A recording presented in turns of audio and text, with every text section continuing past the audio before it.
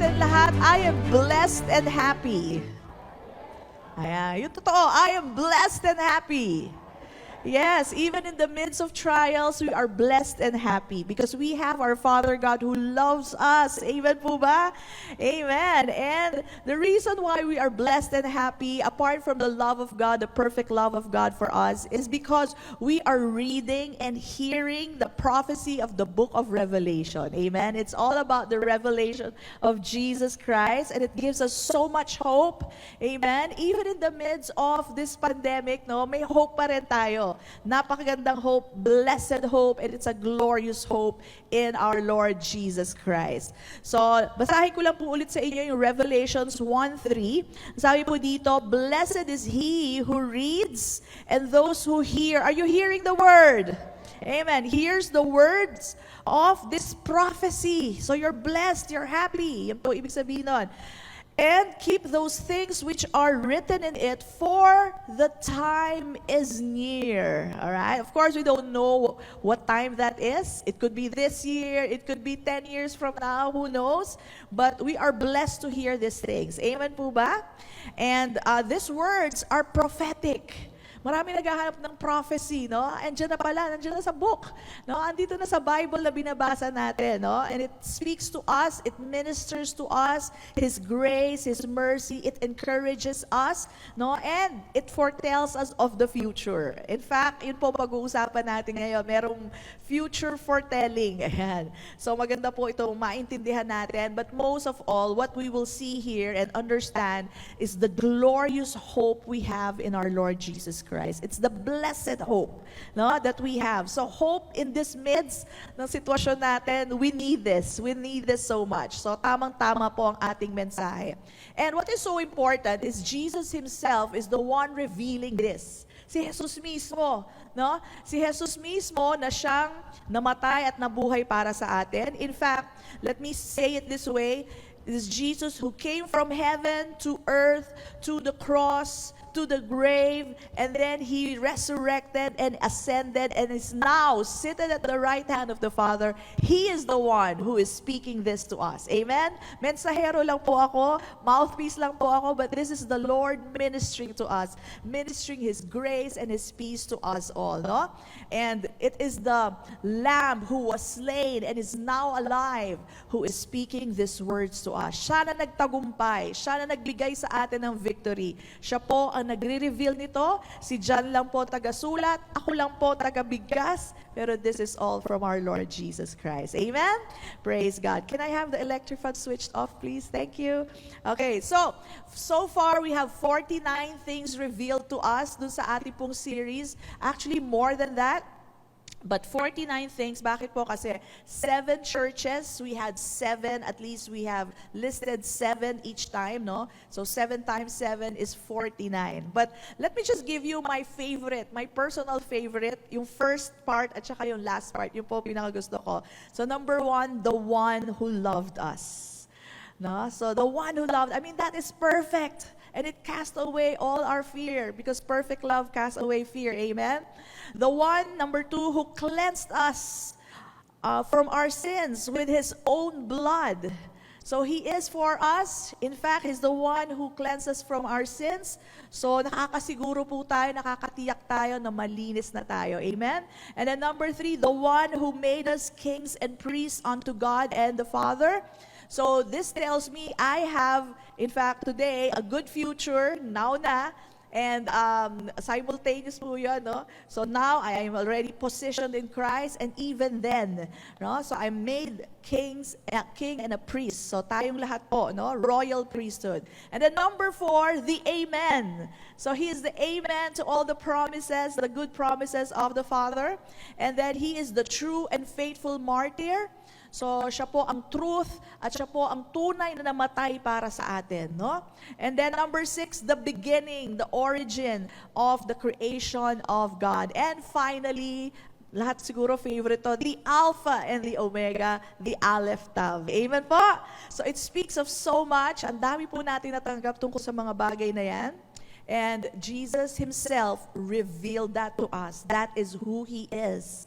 That is who he is, and that's how much he loves us. Amen? And last week was so good. Who was here last week? Sino po nandito? Ayan. Sino yung wala? Yun, makinig po kayo ng video natin because it's so good. And Pastor June was here, very thorough about the Bereshit or Bereshit, parehas lang po yun. From the beginning, we see that God spoke the end from the beginning. Amen po ba? So beautiful. And what inspired me the most was the picture of Adam, the first Adam, tama po, na hinugot ang babae sa kanyang tadyang. And it speaks about Jesus, our Lord Jesus, at kung saan namang hinugot ang church sa kanyang tadyang. Amen po ba? Beautiful. And we see that that's the church, yung hinugot po. And it took the life of Jesus, it took the blood of Jesus for the church to be created. Amen? And again, the mystery was confirmed in the book of Ephesians. I'd like to read this because it's a beautiful piece. It's speaking to the husband, pero at the same time, it's talking about Jesus and the church. So good reminder to the husband. So double, parang, tawag doon, yung hitting the bird with, two birds with one stone. Ayan, okay. So, sabi dito, husbands, love your wives. So, speaking to the husband, pero underneath that, meron palang nakapaloob, no? Just as Christ also loved the church and gave himself for her, that he might sanctify and cleanse her with the washing of water by the word. Sabihin nga natin yun, washing of water by the word. Do you know that you are washed? Even as you are listening right now, you are being washed by Jesus Christ himself, that he might present her, the church, to himself, a glorious church, not having spot, that's the goal, not having spot or wrinkle or any such thing, but that she should be holy and without blemish. So husbands ought to love their own wives as their own bodies. He who loves his wife loves himself. Mahal ba natin ang ating misis? Yes. Ang hina. Ulit. Mahal ba natin ang ating misis? Amen. It means you love yourself. That's a good message there. For no one ever hated his own flesh, but nourishes and cherishes it. Diba? So si Jesus, yun pong ginagawa sa atin, He is nourishing us, He is cherishing us, and then ito na nga pa sabi dyan, just as the Lord does the church. Amen? So yun pong ginagawa ng Panginoon sa atin, He's nourishing us, He's cherishing us, He sees us precious. Yun po ang ginagawa ni Kristo. And sabi dito, for we, bakit niya ginagawa yun? For we are members. Hinugot nga tayo sa tadyang niya, di ba? Tayo yung hinugot na church. For we are members of His body, we are part of His body, and sabi dito, of His flesh and of His bones. For this reason, and this was explained clearly last week, for this reason, a man shall leave his father and mother and be joined to his wife, and the two shall become one flesh. So we are already one flesh with Jesus, not one flesh, but one spirit with Jesus. But soon, alam niyo po ba, may aabangan pa tayo. Ang pag-isang dibdib kay Kristo. Ang pag-isang dibdib. Ang pag-isang dibdib, mali Tagalog ko. Pag-iisang dibdib ni Kristo sa atin, okay? We are the ones who will be married, di ba? Meron pong the marriage of the Lamb and the church, the bride. Ayan, tayo po yon. Tsaka na natin pag-uusapan yon. Na-excite lang po ako. So sabi po ni Paul dito, this is a great mystery, but I speak, so kausap niya yung husband and the wife, but I speak concerning Christ and the church. Beautiful. It's a beautiful love story. Amen po ba? And in my eyes, talaga nag-unfold yung love story. And it was God who designed it, who gave the church to Jesus. Amen po ba? Tayo binigay ng Ama sa anak. And created us from Jesus' own death and blood. Imagine, that's the church that we are. Okay? So, only those who believe in Jesus Christ is the church. Di ba sa mga nanliligaw, pag nagliligaw kayo, yung naniwala lang sa inyo, yun ang karelasyon nyo. Tama po ba? Hindi lahat. So, it's so important to understand that we need to believe in Jesus. That's so important. Hindi po pwedeng lahat na lang po ay na-save na. No, only those who believe, because only those who believe will have that relationship with Jesus Christ. Amen? That's so important to take note, no? Because there are a lot of false teachings going on that says you don't need to believe. But no, how can you have a relationship with someone if you don't believe in that person? So you need to believe, no? And when we believe, listen to me, we are actually engaged to Jesus. We are engaged to Him, no? Betrothed to Him. Itong Tagalog niya, katipan. Ayan. Pinagtipan na tayo sa Kanya. Ayan. And that is why there is preparation happening, no? In fact, in our church, evident na evident po to. We learned in chapters 2 and 3 of the book of Revelation. Alright? Jesus is loving on us. He's lovingly correcting us. Amen po ba? Did you see that? Talagang mahal na mahal tayo ni Kristo. Talagang the details. I mean, does He have to do that? But yes, ganun niya tayo kamahal. We saw Him hands-on, dealing with us, giving us that grace, that peace, amen, and even the mercy, and telling us to repent, not condemn, but repent. So yun po nakita natin sa chapters 2 and 3. And as He has been speaking to us through the messages, kausap ang church, yung mga churches na pinangalanan, but actually tayo rin po ay kausap, no? We were being cleansed by the water of the Word. And Jesus Himself was the one actually doing that to us. Cleansed by the water of the Word. Why? Because the bride is being prepared for His coming. Amen? He is preparing us. Christ loved the church, sabi nga doon, and gave Himself for her that He might sanctify and cleanse her with the washing of water by the Word, that He might present her, kanino? To Himself, a glorious church. Amen? So we understand now the love of Christ for us. Maintindihan nyo? It's like we're a bride to Him. Tayo yon. And even Paul sees us that way. We are the bride of Christ. 2 Corinthians 11, 2-3. Tingnan niyo po ito. For I am jealous, sabi ni Paul, for I am jealous for you with a godly jealousy, for I betrothed you to one husband. Sino po yan? So that to Christ I might present you as a pure virgin. So ang husband natin, si Jesus. Amen? Basahin ko po sa inyo sa TPT version. Napakaganda po ng kanyang version. 2 Corinthians 11, 2, you need to know that God's passion is burning inside of me, sabi ni Paul, because like a loving father, I have pledged your hand in marriage to Christ. Your true what?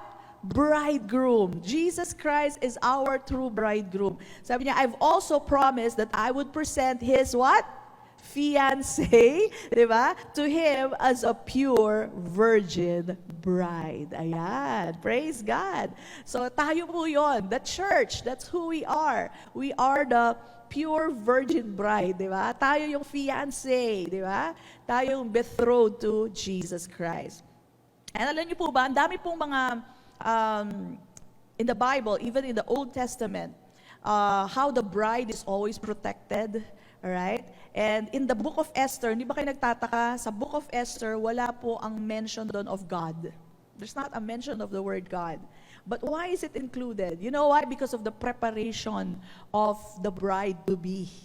And that speaks about us. Alright? Sa Esther, basahin ko lang po yung part na pine-prepare yung mga babae. No? Each young woman's turn, in Esther 2:12, came to go in to King Ahasuerus after she had completed 12 months preparation. Isang taon na preparasyon according to the regulation for the women, for thus were the days of their preparation apportioned.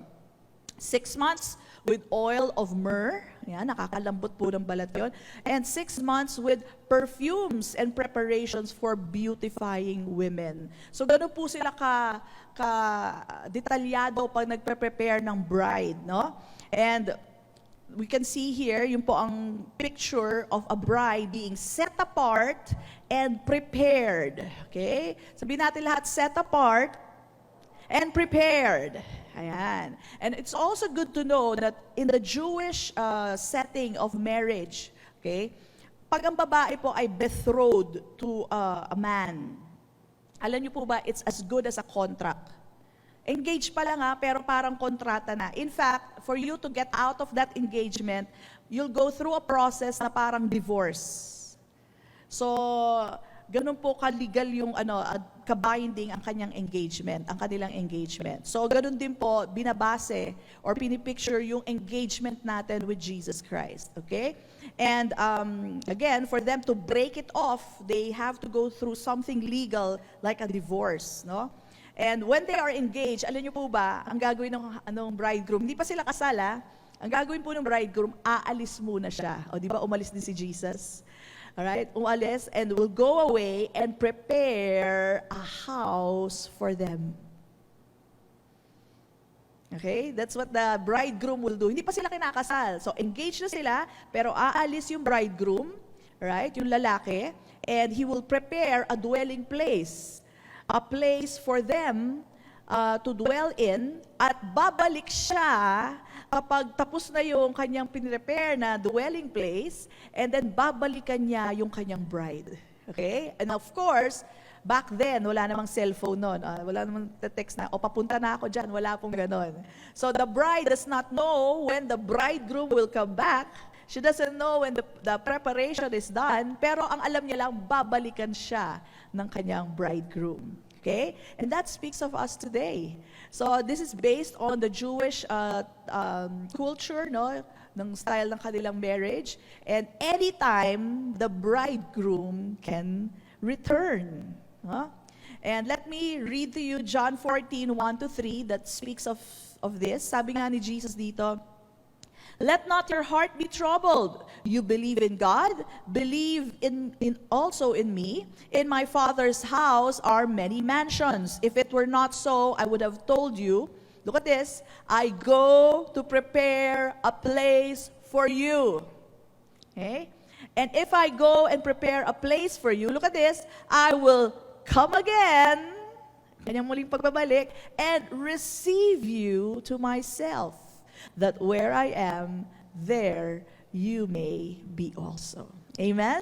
So at this time, Jesus already speaking about His return. Babalikan niya ang kanyang bride. Gagawa lang siya ng kanyang dwelling place. Pero just like the Jewish marriage, ganun po ang kanilang intindi dyan, no? So Jesus prepares a place for us, but He will come again, no? So the love story continues. Yun po ang iniintay natin, ang kanyang muling pagbabalik, no? Okay? So giving that background, let us now go to Revelation chapter 4, verse 1. Are we excited? Okay. Look at this. After these things. Sabihin natin lahat, after these. Yan. Kasi yan po ang title natin, after these things. Right? After these things, I looked and behold, a what? A door standing open. Where? In heaven. And the first voice which I heard was like a trumpet speaking with me, saying, "Come up here, and I will show you things which must take place after this." Sabihin natin ulit, after this. Okay, now I'm giving emphasis to the words after this. Bakit po? Kasi these are important words. This is the Greek word metatauta. Metatauta, no? And it is repeated twice in this one verse alone. Okay? Sabihin natin lahat, metatauta. It means after this. So key po to understand the book of Revelation at this point. Anong after this? Diba? Kailangan po natin maintindihan na may pinapasulat po si Jesus kay John, and he's writing it after something. What is after this? Now, babalik lang muna tayo. Tatandaan niyo po, in the very first chapter of Revelation, Revelation chapter 1, Jesus asked John to write the table of contents. Naalala niyo yung table of contents na nabanggit ko? I only mentioned it twice maybe.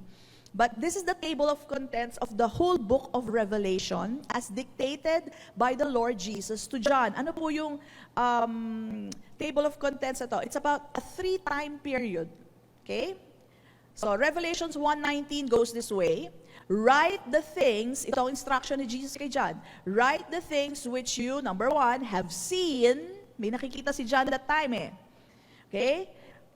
That's when he saw Jesus. And number 2, the things which are, and the things which will take place after this. Sabi natin ulit, after this. Okay. So, nandyan po yung susi, no? So far, what we have seen, can we go to that part?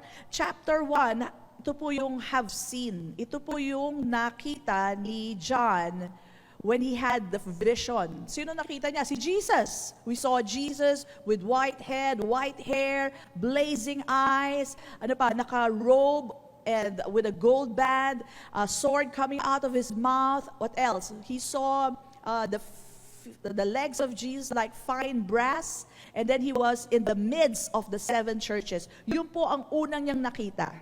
That's chapter 1. That's the first table of contents, the first part. And then number 2, the things which are.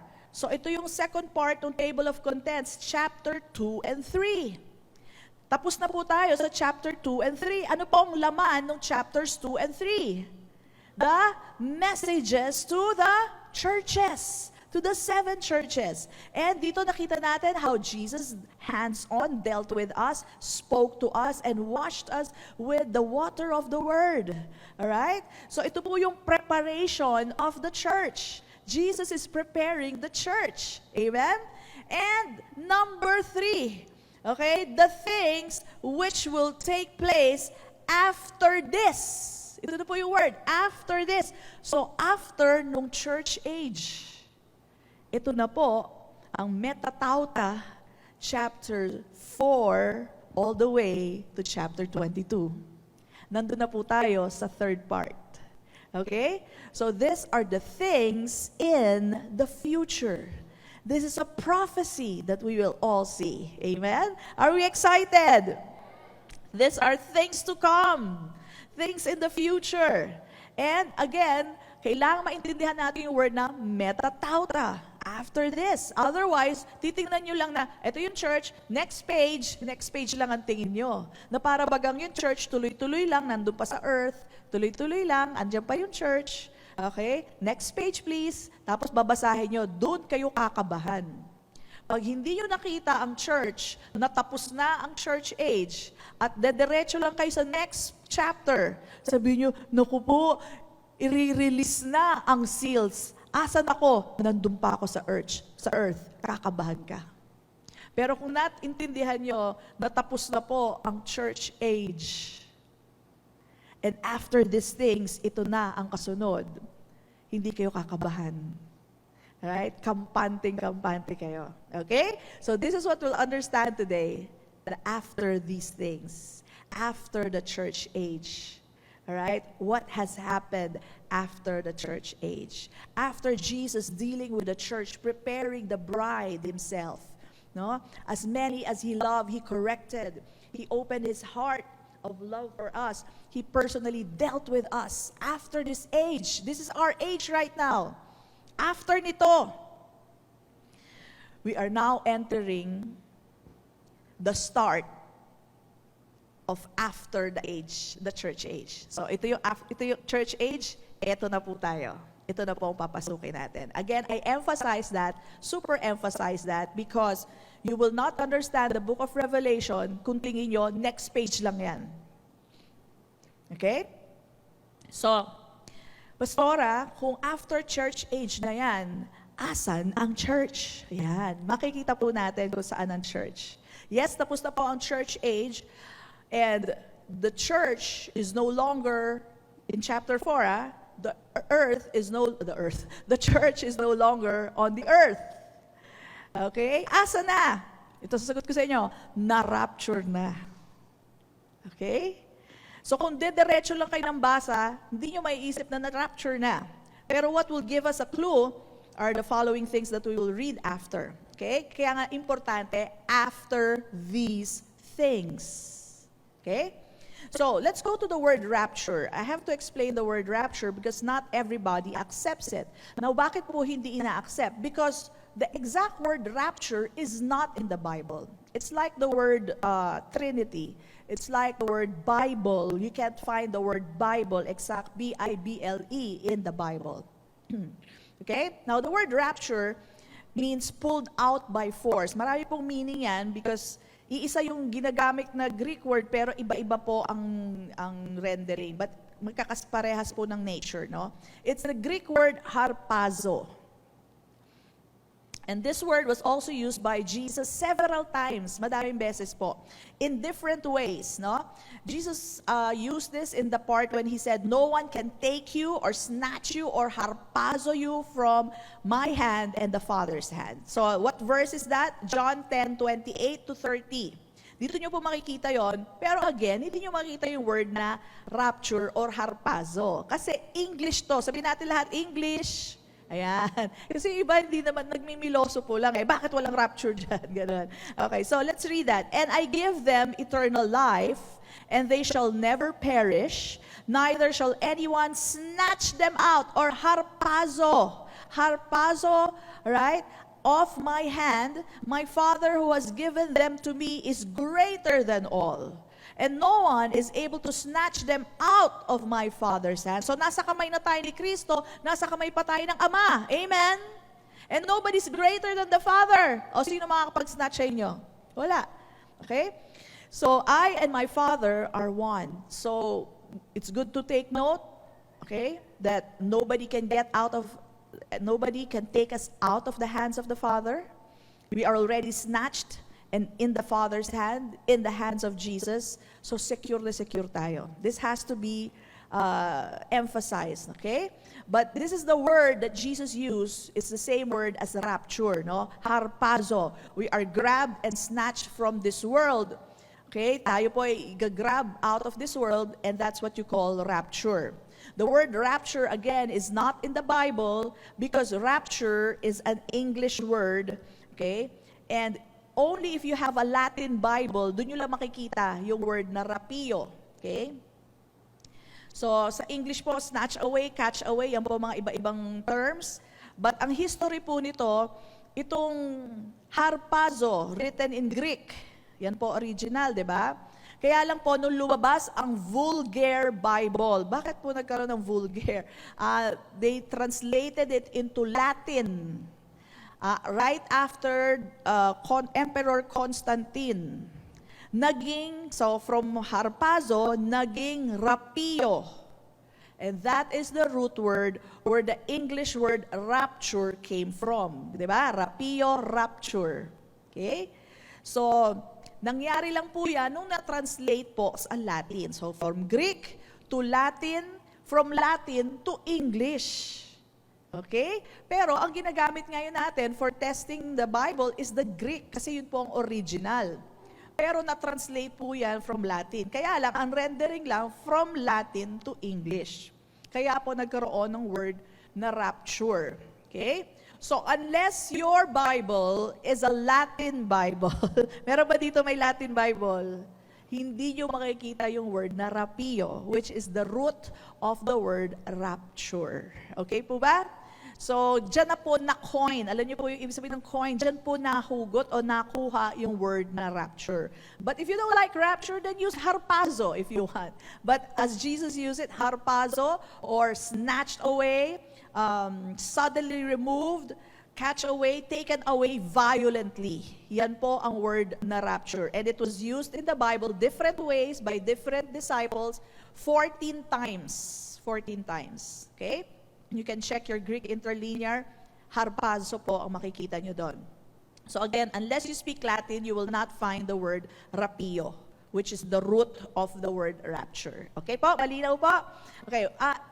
That's a good example. Yung iba kasi nagiging masyado na lang para lang ipilit nila na walang rapture.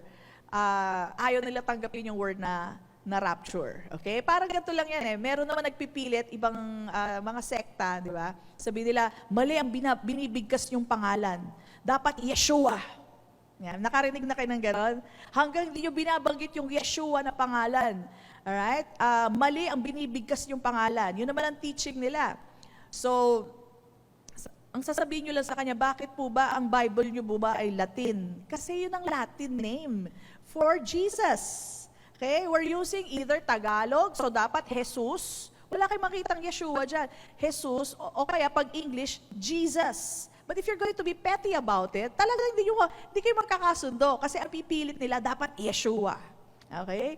So, depende po yan kung ano pong hawak niyong Bible. So, unless you're reading from a Latin, sabi mo, bakit? Latin ba yung binabasa mo? Sabi niya, hindi, Tagalog. Eh, syempre, translate mo ng Tagalog. Ang equivalent ng Yeshua is Jesus, or sa English, Jesus. Okay? Yan lang po yun. So, meron po kasi nagpipilit na kailangan Yeshua babanggitin natin. So, it's the same with rapture. Okay? So, going back to our message, what is our proof na na-rapture na po ang church? We can find all the clues in Revelations chapter 1. Chapter 4. No? Pero let's go first to chapter 3, verse 8. Tandaan nyo to. I know your works. See, I have set before you what? What is set before us? An open door. Sabi natin lahat, open door. And no one can shut it, for you have little strength, have kept my word, and have not denied my name. Kanino po sinabi itong open door? Naalala niyo pa? Church in Philadelphia. Right? The church who has the revelation of the love of God and the one who's able to love others. So ito po yung binigay sa church in Philadelphia. Love of brethren po ang meron sila. And the door is open. But the question is this just for them? Para sa kanilang po ba yun? Sa church in Philadelphia lang po ba yun? Of course not. Bakit po? Sino nakakaalala? Sino ang may tenga? Lahat tayo may tenga at napakinggan natin kung anong sinasabi ng Espiritu sa mga churches. So kung para sa kanila yon, para sa atin din yon. Amen? So the doorway has been opened. The door is open to us. It's not just for them. What is spoken to one church is also spoken to the other church if you will hear the word of God. Amen po ba? So, paulit-ulit ako dati noon, kaya pala sabi ko, kaya pala Lord, paulit-ulit mo sinasabi yun at binibigyan ng emphasis. May mga tenga po ba tayo?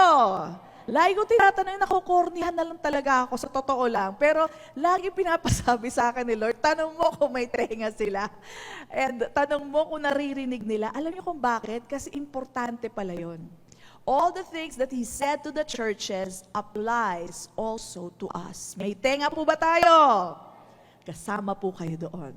So this door that has been opened to Philadelphia is also open to us. This is for us. Sabihin natin, atin to.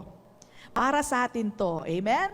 So aside from that, Revelations 3:10, because thou hast kept the word of my patience, I also will keep you or thee from the hour of temptation. And this is the great tribulation, nabanggit po natin yan, which shall come upon all the world to try them that dwell upon the earth. We learned that is the great tribulation. At sabi niya, because you keep the word of my patience, not your patience, but His patience, alright? Then, ano sabi? I will keep thee from the hour of temptation. Actually, you'll be snatched out from the hour of temptation, which shall come upon the world. This is the great tribulation. Pangako ito sa church in Philadelphia. So, pangako sa kanila, pangako din sa atin ito. Amen po ba? May mga tenga po ba tayo? Amen. Para sa atin din po ito. So, this door that is open now in heaven, welcome the church, all right, into heaven. Let's go back now and understand Revelation chapter 4:1. Okay, bibigyan ko lang kayo ng background. Kaya po, na-realize ko, importante po, chapter 1 of Revelation, chapter 2, and chapter 3 before you go to chapter 4. You cannot understand chapter 4 and the rest of the chapters if you did not study first chapter 1 and chapter 2 and chapter 3. Okay? So sabi niya dito sa Revelations 4:1, and this, after this, I looked, and behold, a what? A door was opened in heaven. Okay? Ito na po yung open door. And the first voice which I heard was as it were a trumpet talking to me. Sabihin natin lahat, trumpet. Very significant po yung trumpet, no? Madalas po ginagamit yan nila Paul sa kanilang mga teachings. Talking with me, which said, "Come up hither, and I will show thee things which must be hereafter," or after this. Metatauta, okay? So in explaining the rapture, madalas po banggitin ni Paul, right, yung word na trumpet. So banggitin natin ulit sa 1 Corinthians 15:51. So I'm going this way and that way, Revelation and the New Testament Gospel, okay, epistles. Behold, sabi dito sa 1 Corinthians 15:51, "I show you a mystery, we shall not all sleep, but we shall all be" what? "Changed in a moment, in the twinkling of an eye, at the" what? "At the last trump. For the trumpet shall sound, and the dead shall be raised incorruptible, and we shall be changed." Ito na po yung rapture, okay? The snatching away. So there's always a trumpet, no? A trumpet that announces, no? So again, whether that comes this year, alright, 5 to 10 years, ang importante, ready na tayo. Amen po ba? Handa ka na ba? Amen. We are heaven ready. We are rapture ready. Amen. So preparedness po is so important. That is so important for the coming of the groom. Remember, you are the bride. Hindi pwede dadating yung groom, wala kang iniintay, ang gulo pa ng buhok mo, wala ka pang damit. Alright? Kailangan po, ready na po tayo. So we do not know when, but preparedness is so important. Being ready is so important. And it's not about masa-stress ka, naku, baka malapit na, you're shaken. Alright? Hindi po yun. You just believe that He is faithful, that He is true, that He will do as He said, that He will come back for us. Yun po ang being prepared natin. Hindi yun nasa-stress ka, hindi yun nagpapanik ka, hindi po, no?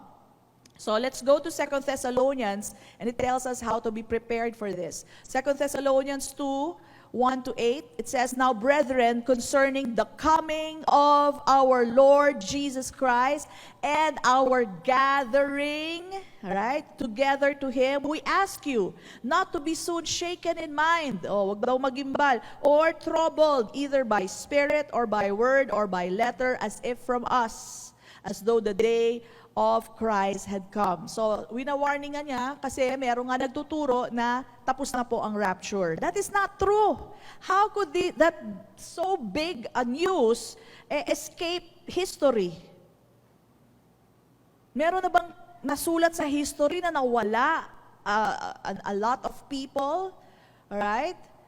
And bigla na lang into thin air na wala. Meron bang ganon? Have you ever searched history? Wala pong ganon. Dapat po lumabas yun kung talaga nangyari yun. But it has not happened, no? So wag po kayo matatakot sa mga nagtuturo na wala na pong rapture. That is not true. Okay? At kung wala ng rapture, ba't nandito pa tayo? Di ba? So again, hindi tayo dapat troubled. Instead, we are blessed and happy. Those who read and hear the prophecy of this book, just relax. You are updated. Updated po tayo. Everything is made clear. We are forewarned. And we completely trust in the goodness and faithfulness of our Lord Jesus Christ. So, it tells us, may trumpet. Humanda tayo sa trumpeta ngayon. May maririnig talaga tayong trumpet. Okay? And then, apostasia. I'm just updating our message. And then, the rapture will happen. And then there's an open door waiting for us in heaven. Alright? So, kasama po tayo dyan sa open door na yan. 1 Thessalonians 5:1-11. Again, this is our preparation. Look at this. "But concerning the times and the seasons, brethren," patungkol sa time, "Pastora, kailan ba yan?" Okay, sabi dito, "You have no need that I should write to you." So, I have no need also to tell you. Kasi hindi ko rin naman alam. You don't need to know the time. If you're prepared, then you're prepared. Amen? Okay, it says here, "For you yourselves know perfectly that the day of the Lord so comes as a thief in the night." Okay? So walang notification. "For when they say," sabihin natin lahat, they, pag sinabi nila, ng mundo, "Peace and safety," yay, peace na tayo, safe na tayo. "Then sudden destruction comes upon them." Sabihin natin lahat, upon them. Hindi tayo. Hindi upon us. Are you seeing this? Brethren, upon them. Hindi upon you. Hindi upon us. Right? Upon them as labor pains upon a pregnant woman. And they shall not, ano sabi? And they. Hindi sinabing, and we. No. And they shall not escape. But you, brethren, magkaiba yun. Iba ang they sa you. But you, brethren, are not in darkness, so that this day should overtake you as a thief. So kung sa kanila, parang na-overtake sila like a thief, tayo pala, hindi tayo ma-overtake like a thief. Pag dumating na yan, sabi mo, yan na. Hindi yung ganun. Hindi, ayan na. Sabi na yan eh. Ganun po. Hindi yung gulat na gulat ka. Okay? With all these things that we are learning, hindi na tayo magugulat. And it says here, this day should, so that this day should overtake you as a thief. Hindi daw tayo ganun. Hindi tayo in darkness. You are all sons of light and sons of the day. We are not of the night, nor of darkness. Therefore, let us not sleep as others do, but let us watch and be sober.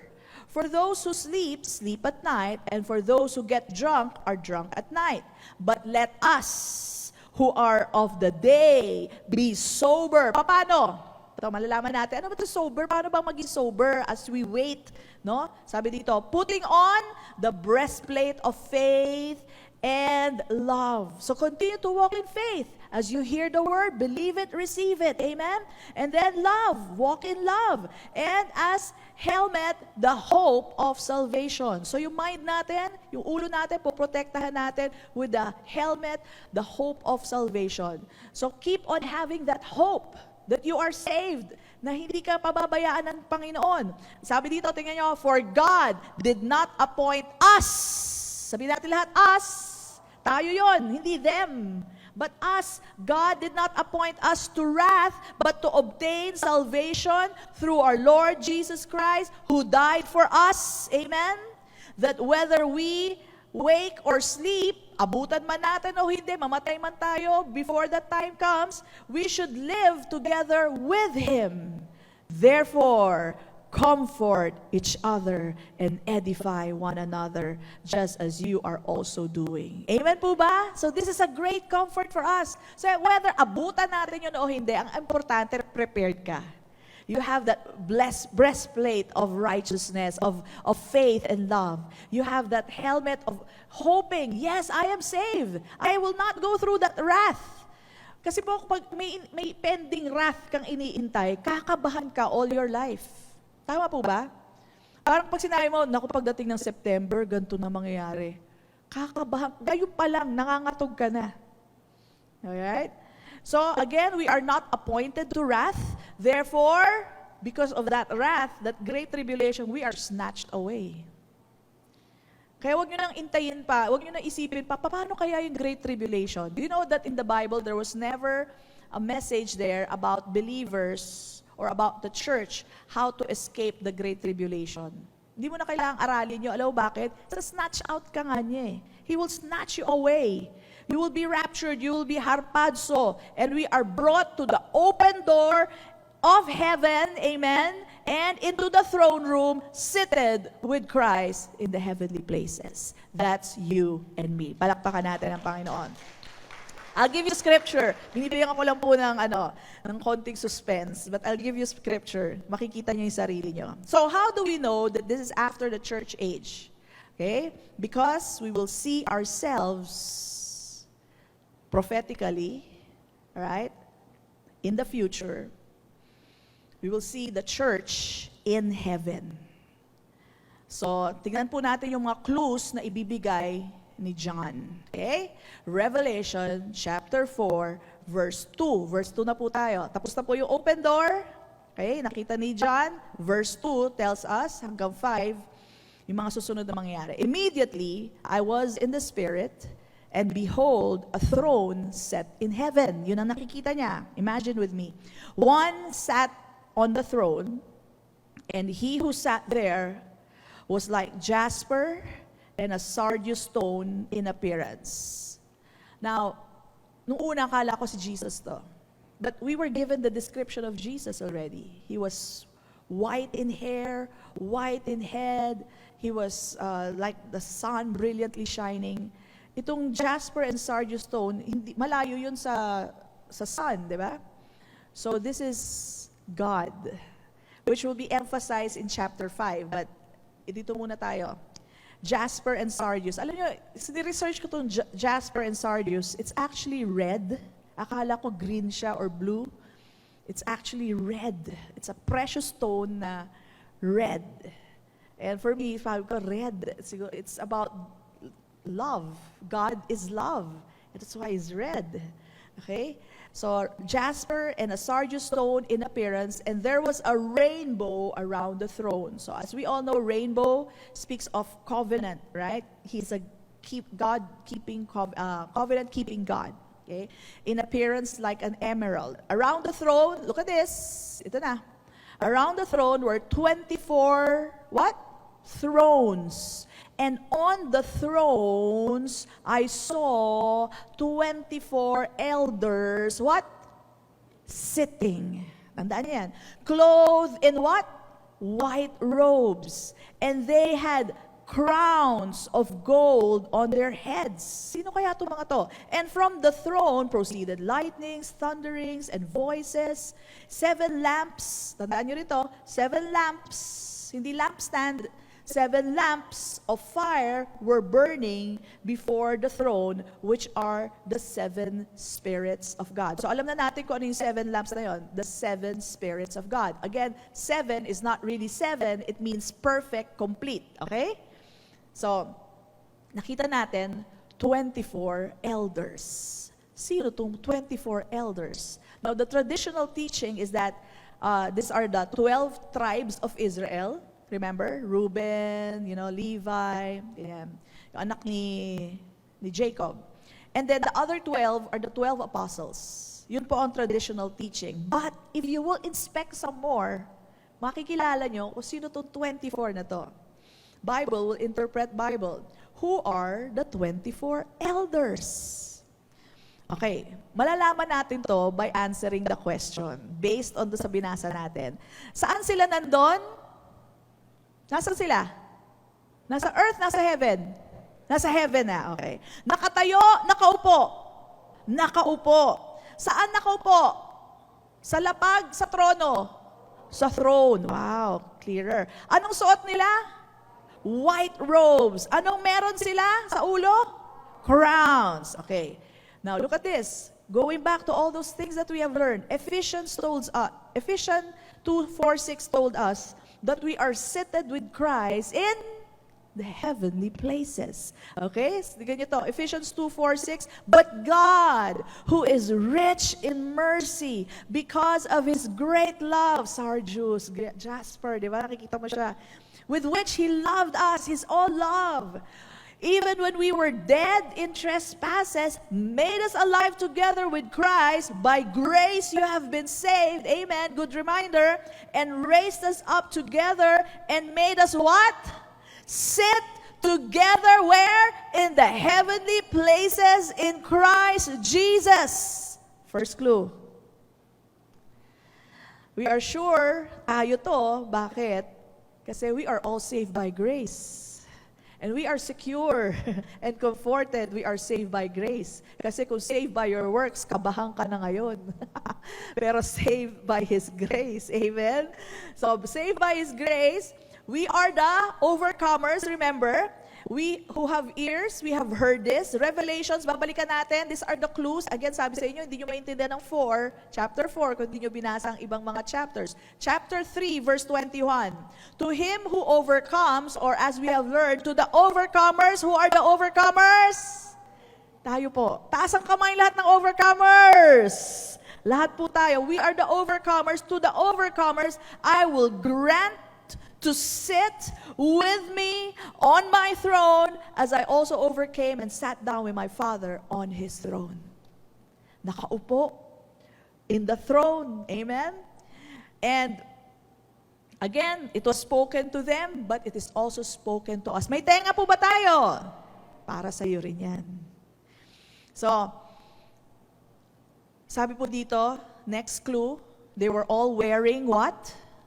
white robe. Remember, this was spoken to the church in Sardis. Okay, Revelations 3:5. We go back to Revelation 3:5. He who overcomes, or to the overcomers, meron po ba tayong overcomers dito? Shall be clothed in white garments, and I will not blot out his name from the book of life, but I will confess his name before my Father and before his angels. Are you the overcomer? May tenga po ba tayo? Then you have heard what the Spirit has said to the churches. Para sa atin din to. Amen? It's so important we hear that. Praise God. And then what else? Another clue. May crown. Okay? And the crown was spoken to the church in Smyrna. Again, you cannot understand chapter 4 if you did not read first chapter 3. And chapter 2, Revelations 2:10. Sabi dito ni Jesus sa kanya, be faithful until death, and I will give you what? The crown of life. Do you have ears? Then you have heard what the Spirit says to the churches. It's not just for them. It's for us. Amen? Also in Revelations 3:11, Philadelphia, sinabi sa kanila to, behold, I am coming quickly, hold fast what you have, that no one may take your crown. So lahat ng sinabi dito sa mga churches na to, we can now see in the 24 elders. Amen? So sino po itong 24 elders? The 24 elders are the ones representing the church that has been raptured. They are no longer called church now. They are called the elders. Okay? Sabihin natin lahat, tayo to. The believers, the overcomers, the one, sino pong overcomers? The ones born of God and who believe that Jesus is the Son of God. We are the overcomers. And you know what they do with the crown? Every time the four creatures, tsaka na natin pag-usapan yung creatures, the four creatures would declare, holy, holy. They would lay down the crown. They would bow down and they would lay down the crown on the floor. Alam niyo bakit? Kasi alam natin, it's only His grace that saved us. The reason why we're there seated on the throne in white robes, why we are there in heaven, it's not because of us. Alam natin yun. It's not because of us. It's all because of Jesus Christ and of God who loved us. Kaya kada pinupuri ang Diyos Ama at si Kristo na ating Panginoon, wala tayong magagawa kundi ibaba yung crowns na yon on the floor. We just lay it on the floor. Because we know it's only because of Him. Kaya tayo nandoon sa kalalagayan natin yon. That's the reason why we're there. Hindi natin maitatanggi yun. We know it was by His grace that we are there. And John was seeing the future, just like that. Rapture has taken place. And as Jesus, our Lord, has promised, the Amen, the faithful one, the true one, He has given to us a seat in heaven. We are seated with Him. We are wearing white robes. We are crowned. And we are there in the throne room of the Father. The Amen who promised this all. Andun na tayo. Woo. So 24 symbolically represents all the believers of Jesus, the one who believed in Him, the one who have a relationship with Him because they believe, the bride of Christ.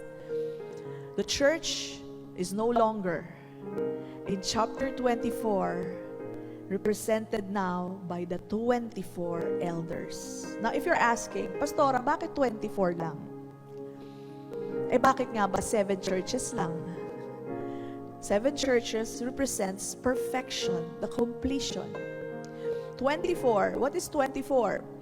There is no 24 in the Bible na may katumbas, but there is 12. Remember, you are kings and priests. So it could represent the 12 kings, the 12 priests.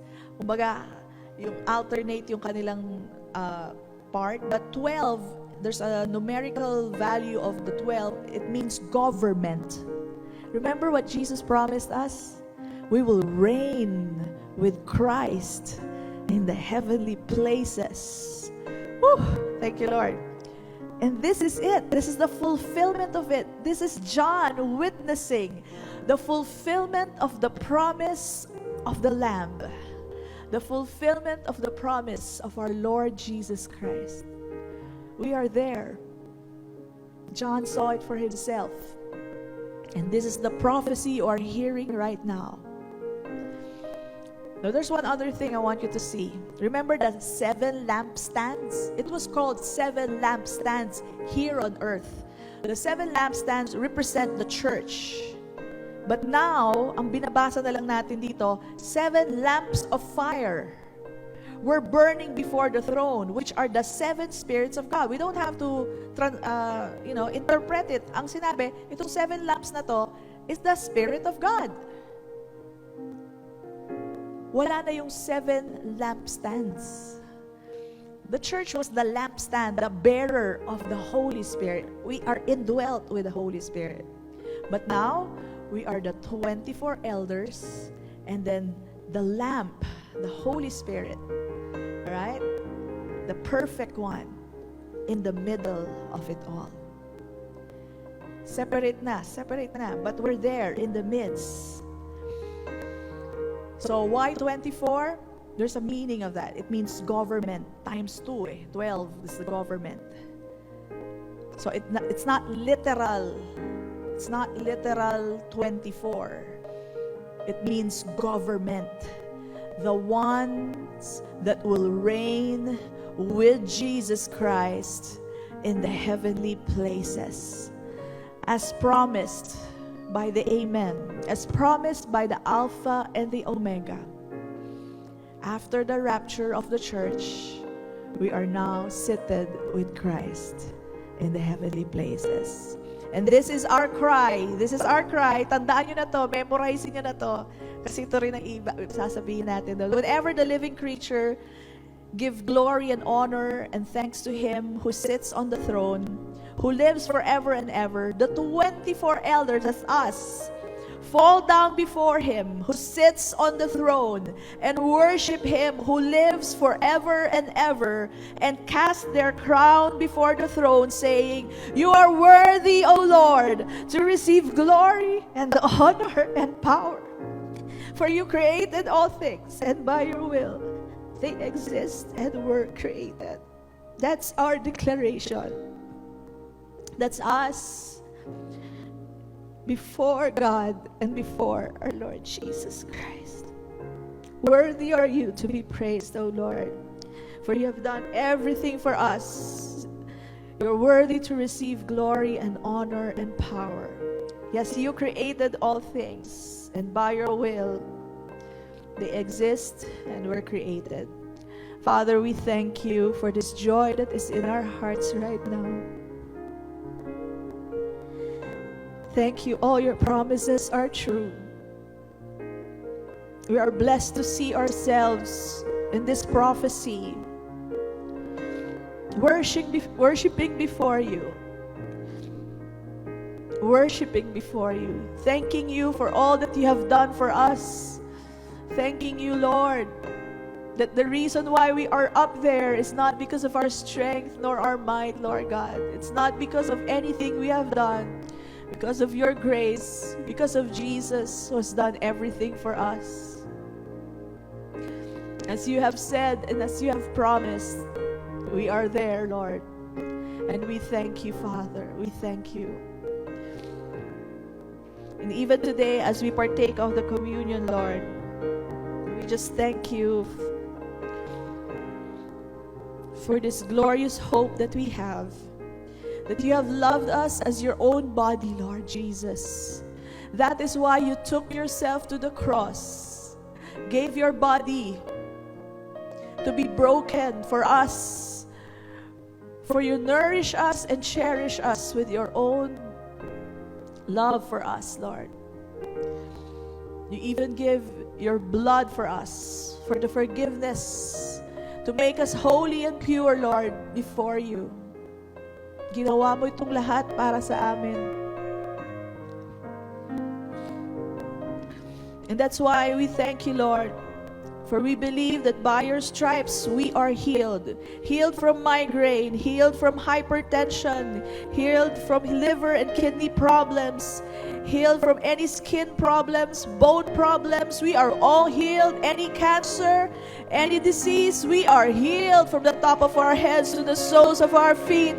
We believe in our healing, Lord God, because you provided it all for us. That is your cherishing us. That is you nourishing us, Lord, with your great love. Maraming salamat sa iyong pag-ibig sa amin. Oh, how blessed we are.